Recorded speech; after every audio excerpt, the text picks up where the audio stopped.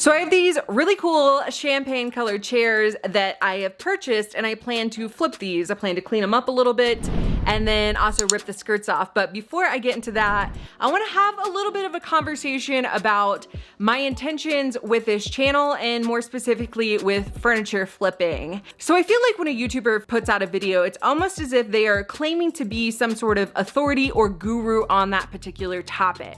I want to go ahead and say right now that I don't feel like I am a guru or an authority on any topic that's on my channel. Even with 50 videos about gig work and rideshare, I wouldn't call myself an expert in any of those topics. So originally when I started this channel, I was filming myself while starting and trying something, and that's what I've continued to do throughout. Now, I do think at certain points and probably some videos, I have maybe come across as if I was some sort of expert on that topic. That's kind of a mistake. Like, I don't want to be viewed as that, and that's something that maybe I need to work on personally. I specifically want to talk about furniture flipping because I am absolutely not an expert on furniture flipping or furniture reselling, and I don't want you to view me as such. And some comments that I've gotten on my videos are, I think viewing me in that manner and saying like, oh, but I think you could do it better this way and yada yada. And while I do think there are definitely things with furniture flipping I can do better, I am not necessarily trying to be the best at furniture flipping because I see this as a stepping stone. So the entire reason why I'm furniture flipping, and I haven't said this yet, it's because I want to build passive income. And furniture flipping is definitely not passive, but I would say that it's more passive than gig work. So I'm kind of working in that direction. And my intent is to eventually build an Amazon business. So I've already experimented a little with that. I tried Amazon retail arbitrage. If you don't know what that means, I'll give you like the quick rundown. Basically what you do is you go to retail stores like Target, TJ Maxx, you scan things, and then you can go and send those into Amazon and then sell them on Amazon under your own like Amazon store. Now, what I found was that retail arbitrage is terrible, at least in my opinion, not something that I want to pursue. So I'm a lot more interested in trying more of like an Amazon wholesale business where you actually work with a manufacturer, typically overseas in China normally, and then you would have a product manufactured, and then you would send that product into Amazon, and then Amazon can actually fulfill that with you. It's called Amazon FBA. So I'm very interested in doing that, but that takes a little bit of capital, and that's money that I'm not willing to just potentially risk of my own. So the whole reason why I'm furniture flipping right now is to build up capital so I can put it into something else. So I really feel like furniture flipping is a great way to build a business with no money. Now, I mean, this could technically be the business itself. That's not really what I'm trying to do. Like I said, this is going to be my stepping stone. I've been saving all of the profit from furniture flipping, and I will put that into my Amazon business. And this is like the ultimate way to build a business with no money. So you might be thinking, okay, wait, you do need money to flip furniture because you have to buy the inventory. Well, that's actually not true. I'm going to link a video below. It was the very first furniture flipping video that I did. I actually got a dining set for free and I sold it for $350. So you really don't need any money at all to start this. And believe it or not, I have another dining set sitting upstairs waiting for me to fix it up so I can sell that too. So that's super exciting. I got that one for free as well. Make sure you subscribe if you want to see that video because it will be coming out in the future. So I just kind of wanted to clear that up so you knew that I'm not necessarily trying to be the best furniture flipper ever. Definitely not trying to be the best rideshare or Instacart shopper. I am ultimately trying to build passive income. That's what you can expect to see, hopefully. I mean, I'm gonna be honest, I have ideas all the time. They don't always work out, but I plan to show that to you. So even if I start this Amazon thing and I lose all my money, you're gonna see it. So I was originally thinking that I was gonna steam clean these chairs because I did just purchase an upholstery cleaner. However, after inspecting these and realizing there's no smell to them, they're honestly pretty dang clean. I feel like it's honestly not worth my time to do this. So I'm sure I'm gonna catch a little flack in the comment section for not cleaning them, but yeah, that's exactly what I'm gonna do, not clean them. But I do have this little lint brush slash, it's like a shaver almost, and I've already tested this out a little bit. So I saw what I thought was like a pink stain on here, but luckily it's not. I think it's just like some fabric, but look how well this all comes up with this little shaver. So that's what I'm gonna do. I'm just gonna go around the chair. I'll do this where I think it's needed. And then obviously I will lint roll some spots too. I've tried vacuuming these before, and honestly, I've realized that this thing works so much better than even using a vacuum attachment. All right, what are you doing right now? Taking off the skirt. Yay. All right, so he's taking a different approach than I have. He is actually using these pliers to take off the skirt. I've actually ordered some vice grips to try to make this job a little bit easier, but they have not been delivered from Amazon yet, so we are just going with what we have. And I mean, this goes to show you don't really need anything special. It might make your life easier if you have vice grips or something a little bit easier to get the skirt off. But yeah, he just, and this skirt looks like it's actually coming off relatively easily too. The staples aren't really getting stuck in there, are they? No. That's awesome. I did have a little bit of a bad experience with the last chair that I did, and I actually ripped the a hole in the fabric. Not bad, a tiny slit in the fabric on the back of the chair.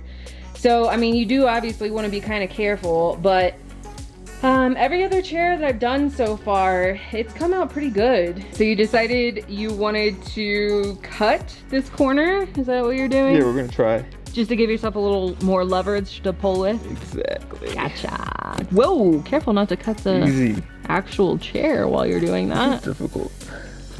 Yeah. Boom, there it goes, come on. All right, nice. Now I'm wondering if I could just actually pull it with your hands? Let's see if I can do a little this. Little this? Little this. Oh. Ooh, no. Did you rip the chair? No, I did not. The staples just stayed in it? Yeah. Yeah, that's not gonna work. Can we see what the staples? Let's take a look what it looks like. When you take shortcuts, you get cut short. So we'll just have to pull these staples out. Yeah, it seems like if you go a little slower, then a lot of times you can get the staples to come out the first time, or a lot more of them. And so you want to go through at the end and make sure there's no loosies at the end, like this one. Yeah, absolutely. I like using the wire cutters for that. Yeah. The wire cutters seem to get those out better, as long as you don't clamp down too hard and actually cut the staples. But I know they make like staple removers too, but I mean, we're getting too fancy. We don't need all that stuff. I feel like I should probably mention what my goal is. So we currently have made around $2,000 in profit from flipping furniture, and I would like to make somewhere closer to 5 before I start the Amazon business. So this has been very part-time, and there have been periods of being very consistent with it, but more so periods where I'm not being consistent with it, just because I do have a lot of other stuff going on right now. And this isn't horribly time consuming, but it kind of can be, especially if you're trying to source and look for stuff. Most of the stuff that I find is at the thrift store, so generally Goodwill, sometimes ARC. Occasionally I'm finding stuff on Facebook Marketplace. That's exclusively where I'm getting free items, is from Facebook Marketplace. Really not looking on Craigslist too much. OfferUp is another place that you can also look for furniture. And what you're really looking for is undervalued furniture. So things that, you know, maybe you know are kind of trendy, you know that they could sell for more. Something like this, where you know you can fix it up a little bit and change the way that it looks, and somebody is willing to pay more money for something like this. These specific chairs I actually paid $53 for, and I am thinking I'm gonna start these out at $240. So if I had to guess, I'm gonna say at least $150 profit off of these chairs specifically. So we're taking out the skirts because it really modernizes them. It makes them look, you know, not so vintagey and weird and like they would be in your grandma's house.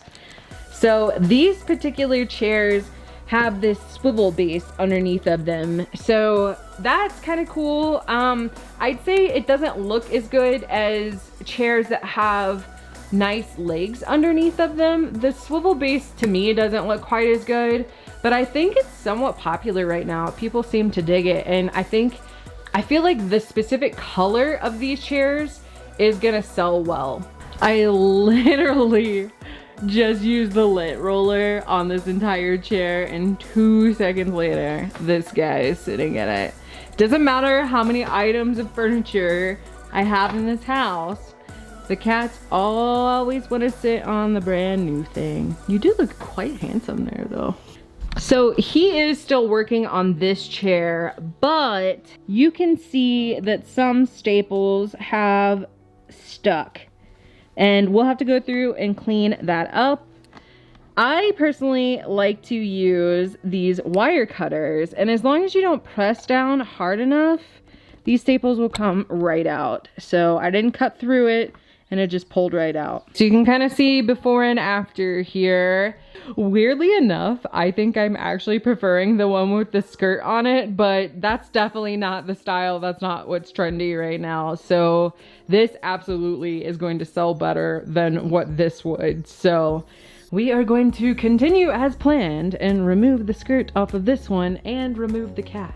They are all done. I think they look really nice. So all that's left to do is to take some photos of these, and I already kind of have them staged. This obviously could be better. This is normally where I have my couch, so typically all these cords are covered up. I think I can probably kind of hide them in the photos, so that's what I'm gonna do, take a few photos and get this thing listed.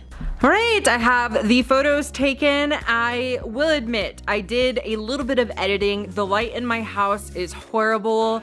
So what I did was fix the white balance of the photos, so the color is actually more true to life than what I took. I did just take the photos on my cell phone, nothing too crazy. I'm gonna go over the listing with you really quick because I think that might be helpful. So I'm listing on Facebook Marketplace. I will also list these on OfferUp. I definitely have more luck selling on Facebook Marketplace, but here I'll go through the pictures and just kind of show you what I have. So I have multiple different angles. You can see I didn't necessarily style these amazingly. I think they are in an okay location. I am listing them at $240. I'm hoping to get at least $200 for them. So I like to start a little bit higher than what I actually want for them, of course. I'm trying to fill out as much as I possibly can, all of the details.